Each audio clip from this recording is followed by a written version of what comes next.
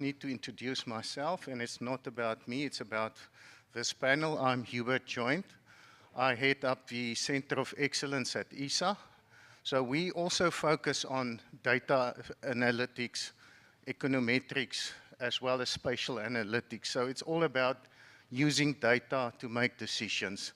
And I think we've got a wonderful panel that will really help us to understand the challenges we face. So maybe I can just start with the introduction. I'll start with Zafar Hussain. He's the Power2X lead of Agora Energiewende. I hope I've pronounced it correctly. Welcome to you. Professor Dr. Anisha Pieters. She's the head of the Namibian Green Hydrogen Institute. You can see we've got specialists with us.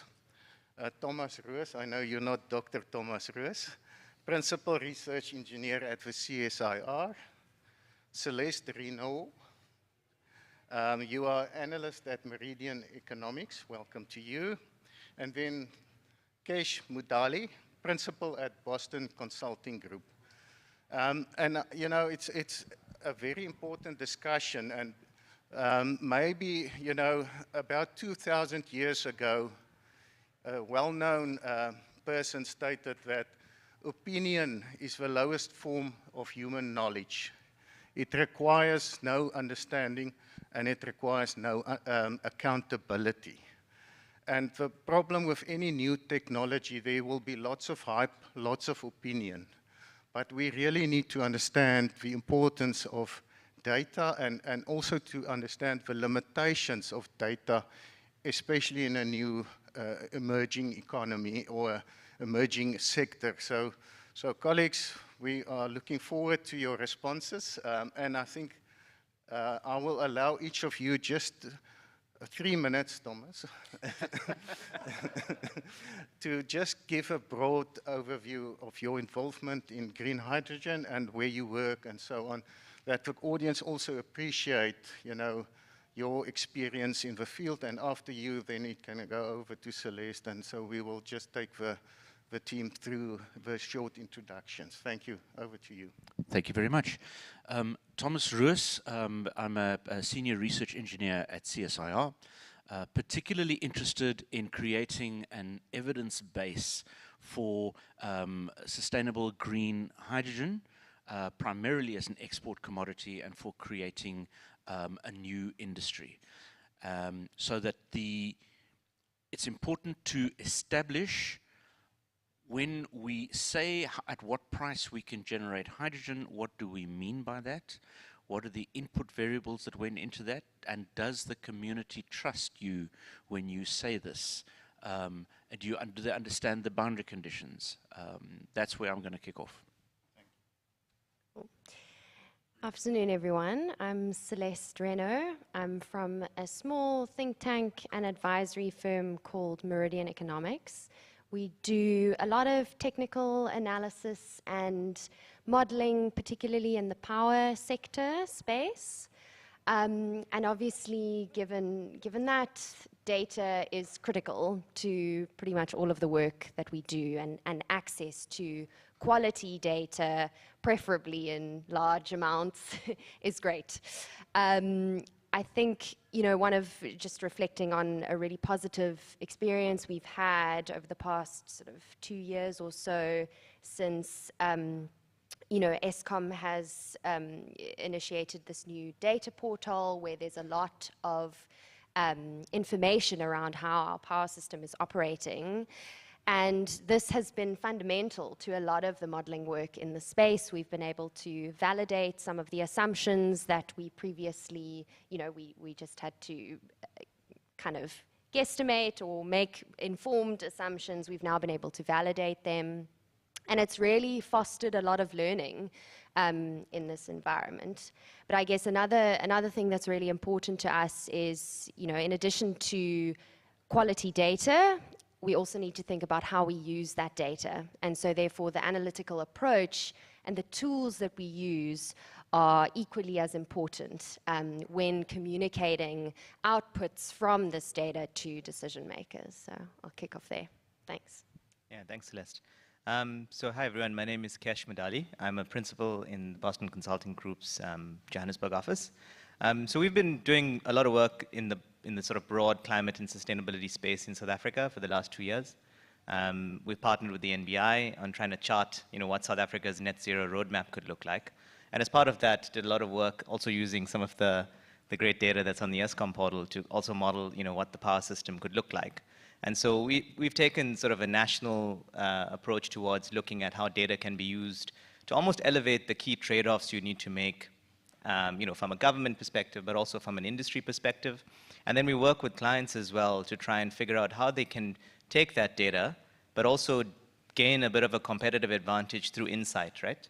Almost using that as a mechanism to improve the competitive dynamics of their projects, to de-risk a bit of the decision-making that they face on a day-to-day basis, and use interesting tools like digital twins and advanced analytics to really make sense out of a broad set of highly complicated, highly variable data in a world that's always changing, right? Particularly in this space. So happy to share a few reflections from that today. Yeah. Hi guys, thanks for joining us on this last session and not running away for a drink early. Really appreciate it. My name is Zafar Hussain. I work for an energy transition think tank called Agora Energiewende, so you're quite close. We're an energy transition think tank that basically develops scientifically robust but also politically viable strategies to move forward the global goal of climate transition. We're based in Germany, but we work globally. So we're based in Germany, so a lot of our work is of course German-based and European-based, but we have teams working in South America, in Africa, Southeast Asia as well. So I work in our hydrogen team, and in our team we, at this point, primarily work through the PTX hub, so with the GIZ, and I work in South Africa and in Morocco. And I'll leave it there for now and tell you a bit more later. Hi everyone, I'm Anisha Peters, and in my day job I'm a Pro-Vice Chancellor for Research, Innovation and Development at the University of Namibia. Last year, sort of when we started off on, it started sort of in end of 2020, but we really started running with this green hydrogen developments in Namibia in the beginning of 2021. So immediately we as academia saw an opportunity because there was a gap in the market. For instance, that we got all of the data. We got it from universities in Australia, universities in the US, etc., and we were not featuring. And so we then sort of established a Namibia Green Hydrogen Research Institute as a national institute, specifically with provide R&D, provide skills, and then also provide sort of the inputs to government for sound decision making and where to go to. So in the, I have another role as well. At the same time, the president appointed me as chair of the task force on the fourth industrial revolution, but this was actually planned to run with the green hydrogen development initiatives because the two need each other and is dependent on each other. And so in that capacity, I was then also appointed onto the green hydrogen technical team for the country. And then in this year, I was appointed also as one of the negotiators on the green hydrogen government team.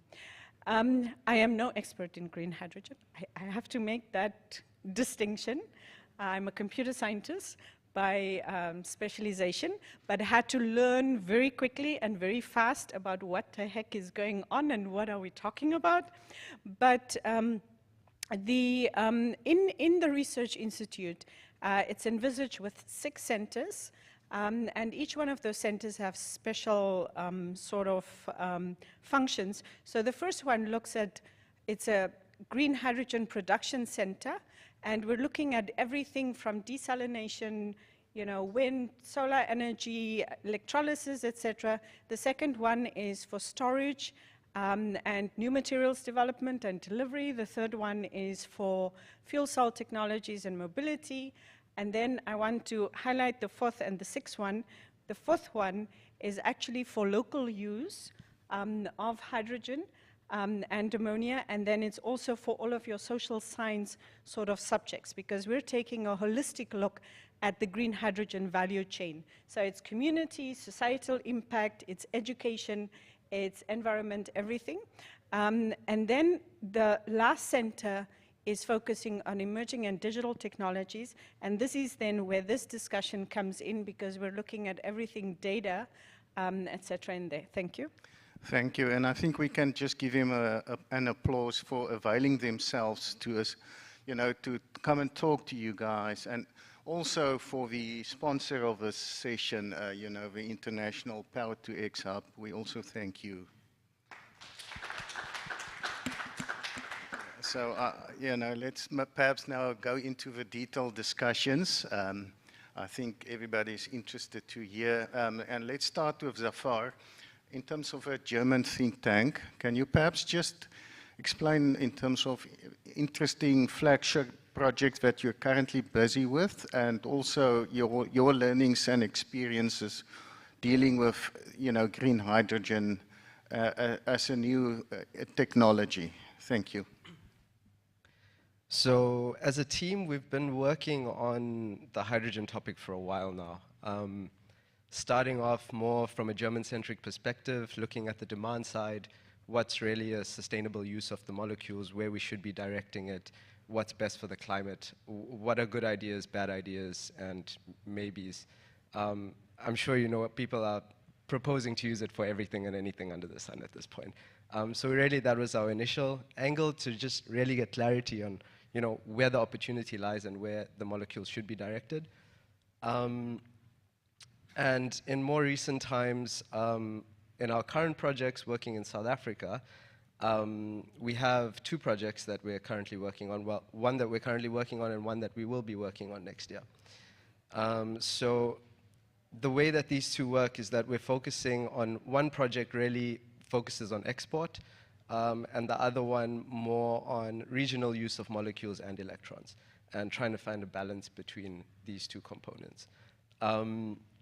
So the first tool that I mentioned is called the Business Opportunity Analyzer, and we're about halfway through, I would say, this tool right now. It's essentially an Excel-based tool that calculates for the user the cost of delivered molecule from one country to another.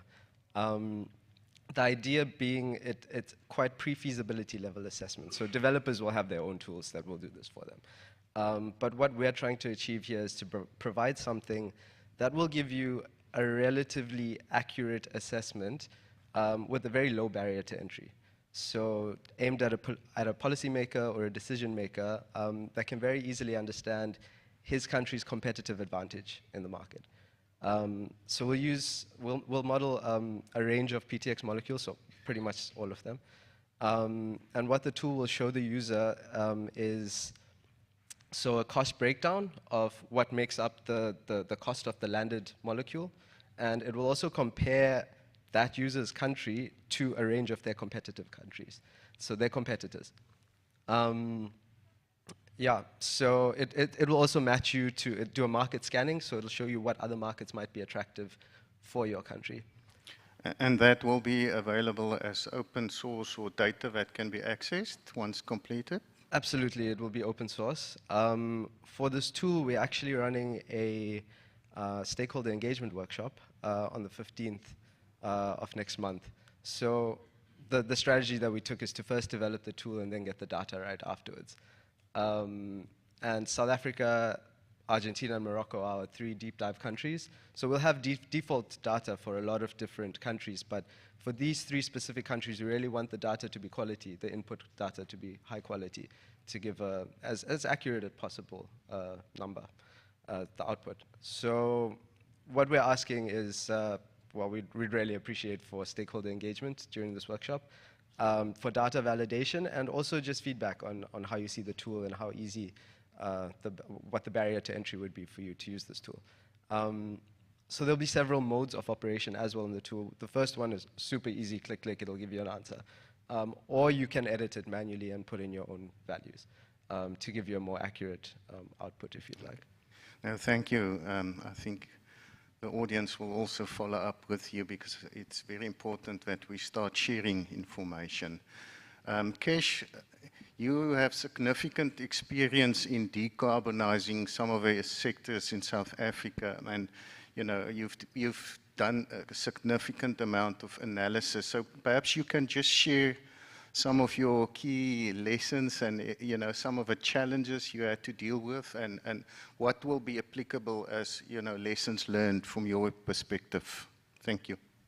Yeah, happy to, Thomas. I think maybe I'll start off with actually, before getting into sort of the content of data, I think actually the process that we followed in the work that we've done in South Africa has been critical, right? When you've got so much of uncertainty with regards to what goes into a model, how that model works, and what comes out of the model, to Thomas's point about building trust. I think we've done about 400 hours of workshops with about 200 different stakeholders in industry, academia, government, and there's so much of value in that process to drive alignment, particularly when you're talking about master plan development, etc. Right? So I think that's important. I think then in terms of the different industry insights that we get, I think what we're finding is that there's two broad buckets of uncertainty here. One is, of course, on the demand side, and to Zafir's point, which industries does it make economic sense to place hydrogen in? And that varies, right? But I think what you need to kind of think about there is almost going to the end market, take steel, for example, and understanding what the cost of hydrogen is going to do to the end consumer, right? So we've done some work on this, for example, in Germany, and if you had to have a hydrogen price of $3 to $4 per kg and make an automobile out of pure green steel, that only leads to about a €300 increase in the cost price of the car, right? So you need to kind of almost employ that logic of affordability thresholds in the different demand buckets to understand sort of where it makes sense and where it doesn't make sense, right? I think that's one element. I think the second element then of uncertainty is around supply, right? And I think broadly, there are sort of 5 key buckets, right, underneath that. One is where you build your wind and solar, so your load factors, right? And I think there, there's some really great tools out there that look at sort of, hour by hour load factors of wind and solar and give you like maximum utilization on your electrolyzer. But that's, depending on which area you select, gives you a natural advantage, right? The second one is then your asset configuration. So what technology do you use? Do you use PEM? Do you use alkaline, et cetera? What CapEx ratios you use for that? What plant configuration you use, right? I think that's the second bucket. The third one is your localization factor. So what is the actual labor efficiency in a particular market, right? And your site establishment costs, et cetera. The fourth one is going to be your cost of capital. And this varies depending on the project finance construct, the scale of the project, and how much concessional debt finance or grant funding you can crowd into your project. And the fifth one is then what sort of additional revenue streams you can crowd into your project. So can you sell curtailed energy to the grid? Can you sell heat generated from the synthesis process into various surrounding industries? And so I think there, what we're trying to think through is how can you build a competitive advantage on each of those buckets? I mean, naturally, you select a position, and then that gives you the wind and solar load factors. But there's lots of variance in terms of the asset configuration advantage you build, for example, right? Using modular project construction methodology to minimize your site establishment costs.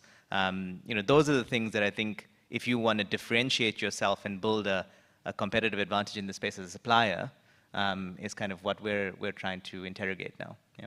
I think very important points you raised. So maybe we should move over to the academic side of it, Prof. Peters. I don't think it's a secret that Namibia wants to be a regional champion in the green hydrogen space. So in your perspective, how can the academic sector help to achieve that? And maybe also to link up with perhaps the South African, academic side. Maybe you've got some interesting points to raise. Yeah, you see, when I mentioned that, sort of all of the initial data and R&D and advice came from outside, And then we then decided as universities that we're going to do the Green Hydrogen Research Institute. Let me speak about funding as well. So notoriously, it was always difficult to attract research funding, especially from our government, because they said, well, we don't see any tangible outputs, right? And then suddenly this green hydrogen revolution happened, and suddenly everybody's talking R&D, right? So that's the one thing that we do. So right now, everywhere, for instance, where James Manupe, the presidential advisor, goes and with whoever he speaks, whoever wants to invest, the first question that they ask actually is, do you have a research institute?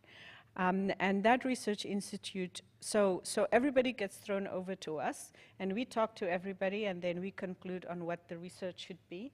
And we have set up so many research projects and sort of doing collaborative research with everybody, because to support, you know, the plants that are going up, there's a hell of a lot of research that's going into it. And even for the 4 pilot projects that benefited from the 30 million euros from the German Ministry of Education and Research, we're the R&D partner on all 4 of them. So suddenly that becomes very important, and of course we do the skills as well. And I think that's how we support sort of government on that. But there's a lot more that goes into it. Like for instance, the policy frameworks, right? That's, for me, how I see it, there are always 2 stumbling blocks in Namibia where we can sort of not get the traction that we want. Number 1, it is communities. If the communities are not on board and do not understand where are we heading and how do they come along and how do they benefit, then we are doomed to fail. And the second one is the policy framework. And so we come into both of those spaces as well as a research institute to break it down. How do we work with South Africa? In September last year, when the COVID veil lifted, we actually made a tour here in South Africa. We concluded MOUs with the Gauteng Growth and Development Agency, their innovation hub. We also worked together with CSIR at the time. We sat down with them, and we actually have one of our members from the Research Institute serve on the R&D and Innovation Advisory Panel on Energy of CSIR. And then we sort of looked at WITS, the Africa Leadership Center. And one of the things is it's not only courses and skills upgrading, because we see this entire Africa Free Trade Area Agreement is something that comes into play if we want to make sure that we, not only as a region, but as Africa, want to become a significant player. We need each other, and we need to start sharing equipment, infrastructure, resources. You know, the skills need to be able to move between our countries very freely, and it's not happening right now. And who's going to inform our immigration systems about that? Thank you. Very important points you raised, and you know, perhaps in future another point of research will be how to adapt global data to local conditions, but that's perhaps not for today, but I think it will go in that direction. And the joke that we raised earlier on in terms of input data was aimed at Thomas next to me. Because you also do research and you focus on input data, and you mentioned that in a private discussion that input data is for you the more important element as compared to output data. So maybe you can just share with us some of the criteria you use to evaluate your input data. Okay, 100%. There are several types of studies which one uses to make a decision. You can have studies that are commissioned by a company and they are essentially confidential. And those confidential studies rely on commercial data. And you want certainty that that commercial data is valid. So you have an electrolyzer supplier. At what price will he supply? At what volume will he supply? What is he responsible for? What are you responsible for? What is your own engineering cost, and so on. When you're doing a public study, that's a little bit different. You now want data that you can reference, that is open source, that anyone can check independently, so they can draw some comfort that you've not been smoking something interesting, and that they can check your analysis. Why is this important? Well, as Kesh pointed out, you have a number of inputs that come into this. If you want to put up a plant, your site is particularly important, and that determines your solar resource and your wind resource. If you know what your input capex cost is, that's only one particular variable. You're now going to optimize your input PV and wind, shall we say, and your relative capacities, depending on the strength of your wind and your solar, and your electrolyzer. Are you able to sell any excess electricity to the grid? If you can oversize your renewable capacity, and then you have an off-taker and you agree to some sort of price that you're going to sell that off at. If you're in an area that is constrained, which is the Northern Cape at the moment, and we are told we're looking at least 7 years before the grid is significantly upgraded, that suggests that you can't evacuate extra electrons. That makes life a little bit problematic. So you can't, therefore, rely on oversizing your renewable capacity. Why do you need to oversize your renewable capacity? Well, to make hydrogen, you need cheap electricity, but you also need your expensive electrolyzer to run as many hours as possible over the year. And you maximize the hours by oversupplying your renewable electricity supply. But the two cancel each other out if you can't sell the excess electricity. Now, if you say that it's going to cost you so much to go and build, when are you going to build? Are you going to build now? Are you going to build in 2030? Are you going to build in 2050? How is the cost going to decrease between now and then? Whose data do you trust? Are you going to do the analysis yourself and say, I believe this is the learning rate? Or are you going to use the learning rate of someone else that everybody trusts, or that you hope they trust? IRENA, IEA, and so on. And then you concentrate on other areas. So your input data really affects the trust which the receiving community places in your calculations. Your interest rate which you attract and your weighted average cost of capital, that's really a function of how firm is your offtake, how well does the financier regard you, are you a sizable risk or not, and so on, and that's going to affect various other cost points. The ability of the project to sell other products, as Kesh also pointed out, excess heat, excess oxygen. If you have an air separation plant for ammonia, you're going to suck the nitrogen out of the air. There's a whole lot of oxygen that needs a home. Otherwise, you're going to put that into the atmosphere. When you electrolyze water, you're going to have with hydrogen and more oxygen. Are you able to sell that oxygen at all? If you're not able to sell that oxygen, you can't gain that revenue. This means all your cost recovery must be in your primary product, which is hydrogen. So all these come into your data points, and it is part of the conversation you have with your audience as to whether they trust you and their ability to engage with you. So to give you an example of what we're going to be doing as a result of a project funded by GIZ, we'll be comparing 7 ports for the cost of renewable hydrogen production. When I say ports, I mean ports and environments. I don't mean actually, on the quayside. And the purpose of that is that there are different political principles that have interest in different jurisdictions. So presidency likes Boegoebaai. Department of Trade, Industry and Competition like Saldanha Bay and Coega. DSI have got particular interest in Durban and Richards Bay. Our competition, not that we're particularly competing, is Luderitz. So when they say we can produce at this price, what does that mean? So in our study, we'll be comparing all 7 ports using the same calculation methodology, using the same input deck, but using site-specific information. So your local solar resource, your local wind resource, using your typical meteorological year for that particular site, and your ability to sell extra information. This is not to say Boegoebaai is better than Saldanha Bay or Saldanha Bay is better than Coega. It's rather to say, given the site-specific realities of that port, you can produce realistically at this price. So the value proposition of all the ports are different. And our data will be open.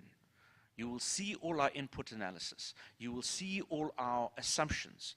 And we welcome criticism and engagement. We are scientists. We like nothing better towards when we proved wrong, because then we learn something. The whole point is you are developing a shared understanding.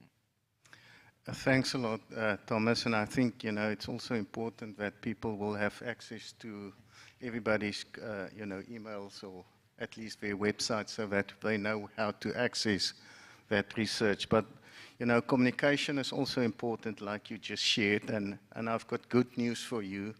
The correlation between cannabis and green hydrogen is closer than you think. Because, in our draft country investment strategy, both green hydrogen and cannabis is listed as a big frontier. So I think one should also remember that no comment you made is sometimes just for the sake of a comment. There is a relationship there.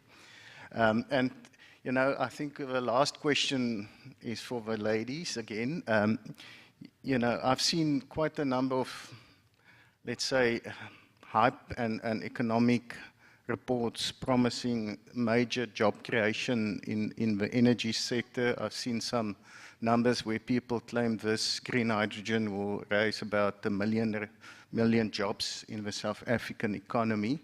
But currently, that sector, the gas, energy, and water sector, only generates about 150,000 direct and indirect jobs. So you've done quite a number of analysis in terms of economic modeling and modeling the energy sector. And because it's a new sector, a new technology, there's still uncertainty in that numbers. How do you deal with uncertainty? And do you focus on multi-criteria analysis, sensitivity analysis? I think it will be a good point to just learn and hear how you handle uncertainty. Thank you, Celeste. Thanks. Yeah, it's a great question, and it's something that we grapple with a lot, obviously doing modeling and analysis in this space, predominantly in the power sector. But yeah, we are, we've just recently launched an open source modeling tool, speaking to Thomas's points around the value of being able to put data out into a system, the value of interrogating or putting it out for interrogation of different assumptions, building a community of practice in that space. And I guess for us, a lot of this comes down to, when we are performing analysis, and the tools that we select, it's this balance of utility versus complexity. So you can construct a model or an analytical framework that's quite complex. There are a lot of intricate assumptions, hundreds of them, maybe thousands.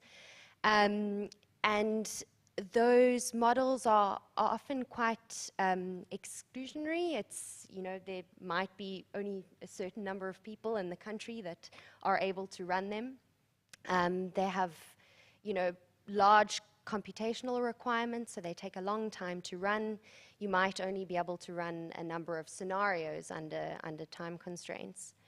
But there's a lot of value which we have found in something that, has a bit more of a focus on being user-friendly, and that speaks to the utility perspective. So the ability to have something that's a bit lighter, might have a few more simplified assumptions, but you can run lots of sensitivities. You can test lots of what-ifs.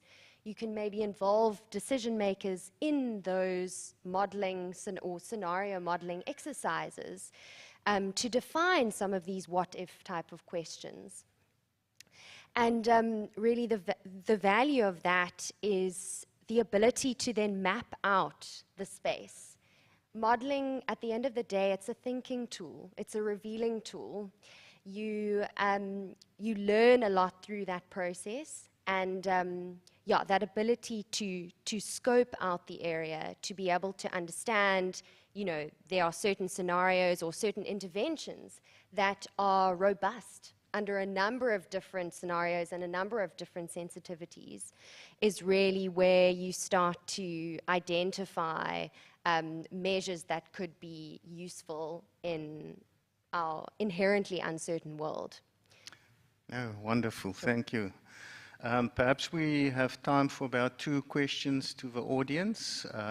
My colleague Comfort, for my own comfort, will share the mic with you guys. So I think we over team 2 questions.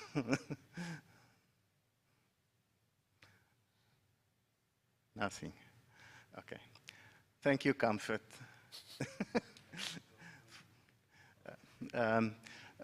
So I think we can conclude the session. I'm going to ask each of the participants just to have 1 minute closing remarks, and we'll start with the prof and we'll follow up to Thomas, otherwise we might take longer. Yeah, I want to perhaps say 2 things. The one thing is like, remember that I said we're also looking at sort of the data, at at the technologies that's coming in, the digital technologies. Like for instance, one of the things that we're doing in the Research Institute is to build the verifiable records to prove that your hydrogen is in fact green. So using blockchain technologies and setting up those blockchain technology center and records, and then also introducing the appropriate master's degrees and short course programs to build the skills in that area. The second thing that I wanted to say was hinging a little bit of the previous speaker on the fact that you're looking at, we often hear all of these big numbers being rolled off the tongue, right?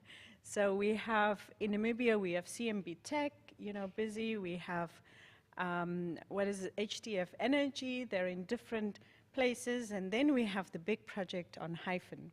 So 15,000 indirect jobs, and then 3,000 direct jobs. And then going into an area, so that's impressive, right? Then what is more impressive is the promise of 90% Namibians taking up those jobs, right? And 20% youth will take up those jobs, and 40% comes from the region. Very impressive figures that are coming up. But if you start to interrogate it, right, then you're suddenly starting to wonder. So now, and this is the communication with the communities. Now, where are we going to get the 90% of Namibians after 18,000 and the various jobs and the various skills which we might not all have, right? And so this is where we then come in as academia, etc., to make sure that we actually do the upskilling and reskilling. And it's an enormous task, and even for the region, it's an enormous task. So for me, it's like we always have to interrogate and communicate to communities, what do our figures mean? Thank you. Thank you, Prof. Zafar? Yeah, I'd also just like to add some detail on our other project that I mentioned. So the first one was about export of molecules. The second one is really what we plan to achieve is an energy system model for South Africa under various scenarios to achieve net zero by 2050. But I know a lot of work has been done in this region already, in this area. So really what we're trying to do is have a strong focus on molecules. So strong sector coupling between power sector and industrial transportation, mining in South Africa. And really what that means for infrastructure in the country, and the distribution, transmission grids, also pipelines for molecules in the future. And what we're doing there is, so at this point, three different scenarios. One would be current policy, another one a bit higher ambition, and then highest ambition. This will evolve through stakeholder engagement, and we've already seen it evolve in Argentina. It's been quite a successful project there. And we hope to replicate that experience here. And I think building on the work that my colleagues on the panel have already done, I think we can achieve some good results. And what we're really trying to get to is what decisions need to be made in the 2030 horizon to achieve our 2050 ambitions. And I think those are important questions to answer. Absolutely correct. Kesh, over to you. Yeah, happy to go next. Look, I think I think I'll end by saying data can definitely be leveraged to de-risk and gain a competitive advantage in a project, right? I think it kind of centers around three key things. I think one is, even if you get the inputs right, don't be deterministic, right? So use scenario-based approaches to de-risk your decision-making and almost try to identify the no-regret moves, yeah, that are resilient despite all the uncertainty. I think two is make sure you are holistic, right? Going all the way up and down the value chain, but also bringing in the commercial reality of some of those assumptions, right? Understanding availability of supply, not just cost, but that's a huge sort of driver of lead times and also value creation in the mid to long term. And I think thirdly, make sure that you can, there's a sort of 80-20 answer that I think a lot of companies can get right. I think you can differentiate yourself by getting that last 20% right, and that requires increased degrees of complexity and modeling horsepower. So I think try to focus on that. And the way to do that is to build a collaboration with your partners, right? An ecosystem of partners that can share data and build a competitive advantage based on that. So I would leave with these three key things. Thank you, and I sound like a broken record. I always say great point, but I think it's very important to take note of his closing remarks. So Celeste, over to you. Sure, thanks, Kesh. Yeah, I guess just two key components to leave everyone with. So obviously, we've all spoken about access to quality data, and I mean, the reason why that's so important is because it really allows us to understand what the real issues are, what the problems are, what the risks might be in an environment, and target our interventions towards addressing those. And then the second component, kind of building on what Kesh has already said around how we use this data and utilizing it in a way whereby we acknowledge uncertainty, we acknowledge that there might be unforeseen events, and identifying robust, resilient options that are able to provide proper solutions under a number of different scenarios. This time also important points you raised. Thanks. Thomas, you have the last words, and maybe you can entertain the crowd. A lot of data is context specific. It's not necessarily universal. So, for example, you may be chasing your lowest cost, but your end use is important. So if you're in a mobility environment and you are going to be charging trucks at 350 bar or 700 bar, you're probably not going to be using an alkali electrolyzer, even though it is cheaper. You'll probably be going for a PEM because then a lot of the compression can be supplied by having pressurized water coming in. Your site that you choose might have site-specific criteria. You might be close to an airport, which therefore would rule out certain types of wind farms in the immediate environment. Your ability to achieve certain objectives are going to be constrained by the reality on the ground. So while the data must be intelligent data, it must connect to the direct situation which you're in. It's not just, you need to calibrate what you believe your insight is to what is that situation on the ground, both in terms of your infrastructure and your opportunities.